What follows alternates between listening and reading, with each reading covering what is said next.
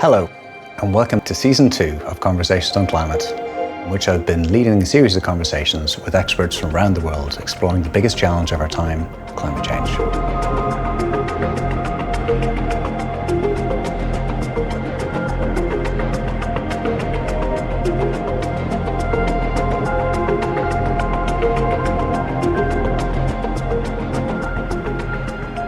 Kieran, I just collared you after a really fantastic talk on disclosures, European rules that are impacting us all. Could you give us like a quick kind of introduction to yourself and your background, and if we can dig in a little bit more about those particular disclosures? Yeah, absolutely. So my name's Kieran, and I work for a sustainability consultancy here in Ireland called Change by Degrees. We specialise in upskilling, training of all staff members, all sizes, all ranks, so that they can deliver on sustainability strategies and the transition we now need to make to a fully circular or sustainable low carbon economy. My own background, I started off as a researcher at Maynooth University, working with the Department of Agriculture on Teagasc on reducing greenhouse gas and nitrate leaching from Irish agriculture, and I've gone from there as a sustainability consultant. Start with the big challenge and move forward. And move to an arguably even bigger challenge. It's certainly a broader challenge. But part of these disclosure mechanisms, it'll be applying to all companies in the EU over a certain size, and companies that then trade in with the EU, but subject to a kind of a double materiality question. Now, I think size most people can understand, and it's turnover and number of staff. Yeah. But could you explain the double materiality? Yeah, so the Corporate Sustainability Reporting Directive is part of a suite of alphabet soup new regulations.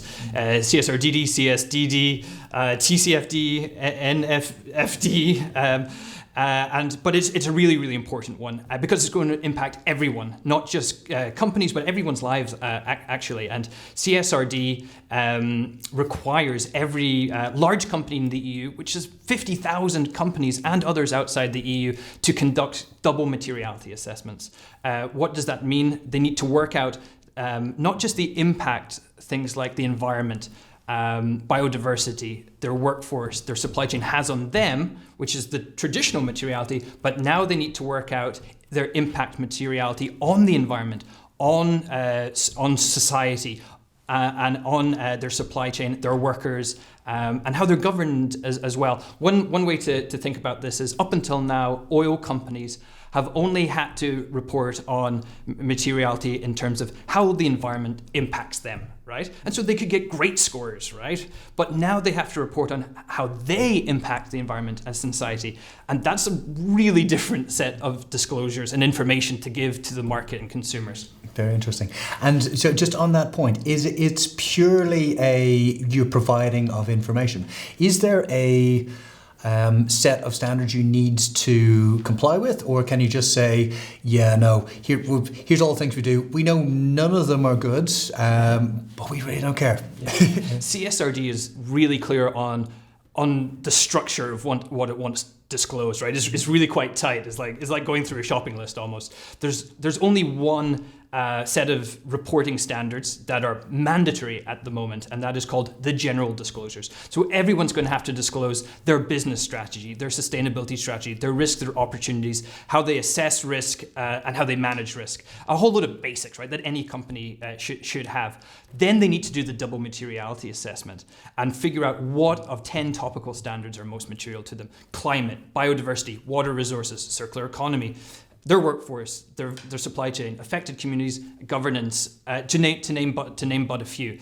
And if they are material, then there's, again, a very set structure. CSRD is very clear on what it wants you to disclose, often how it wants you to disclose it, down to like the tables to use, and then also how it expects it's going to be enforced through other regulations like CSDDD as well. So there's not too much room to maneuver. It's fairly robust. Okay, so is there a set of regulations that you must live up to? Like, for example, do you need to say, this is how I am complying with my 1.5 degrees obligations? Do you have obligations like that put in there? Or is it just disclosure saying, we keep burning stuff, we keep wasting stuff, and we really don't care about it? For the most part, for like 99% of what's in CSRD, you can make terrible disclosures, right? If you wanted to as a company, you could say, I'm not going to bother really with this. Not going to give an answer to that. And you can make really bad disclosures, right? However, that's going to impact your access to finance, how attractive you are in the market, how you're attractive are to consumers, how you're attractive you are to employees. So by all means, go ahead and give the minimum, but you're going to get rated really, really badly, and people won't want to sit next to you at a party. Basically, there is a couple.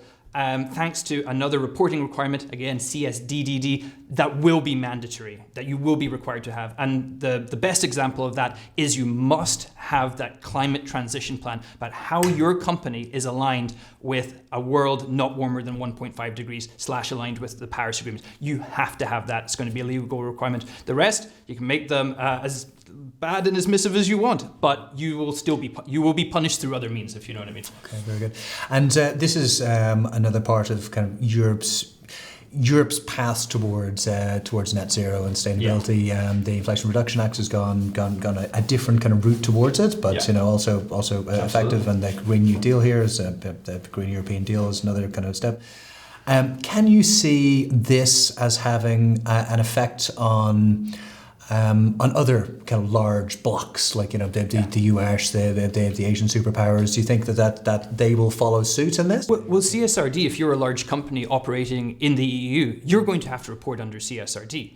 And so I think it's turnover of more than 150 million euro. And if you're headquartered outside the EU, you're going to have to do CSRD. So it becomes global, it becomes universal in that way. And those companies will still have to talk to their supply chain, get the data from their supply chain, the social, how all the employees, all the data. So it just because the EU is such an important block, it becomes universal, becomes the standard. And so that way it is going to be transformative, not just for the European economy, but for the world economy as well. Brilliant. Yeah, that sounds like an extremely important piece of legislation. Yeah. Thanks for spending the time trying to explain to us. How would people get in touch with you?